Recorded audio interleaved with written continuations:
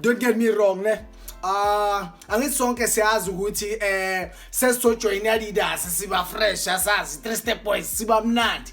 So bengibuza guys, wonke lamajezi wethu kumele abe nabo Springboks nyana, angali sigijimisa Springboks nani Proteas yeah, but so lokho sidlala kulo yellow or grey or really la amanye angikhumbuza abafana basepefere.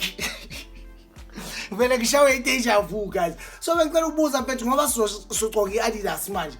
Bengeke sidlalele kulama jezi nyana ngathi akudala nyana yabona lawa mfethu. At least ane style nyana ne class nyana.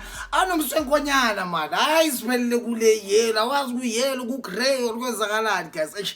Ingiphathisa nekhanda because sometimes ngiphubuza abafana bakamtawuku lapha ngivele ngigijimisa ikhanda kancane ngishake ikhanda ngibheka iTV futhi ngibona ukuthi hey akufana sibo nangu yawula mtutu king umbulu khona at least cause come on chance we've been doing the same jersey can change nje ilogo siyibeka la ngibhekani mfethu masiba creative mfethu sikhona ukushanga amajezi afresh mfethu especially sakwaDidas no noma sikabuyisela leli la 1994 phela limnandi kanjani edit class nyana yangithola nina bayenza yelo yofana abafana bakamtawungu yo songena kanjani ku World Cup ngale jezi ayikeke.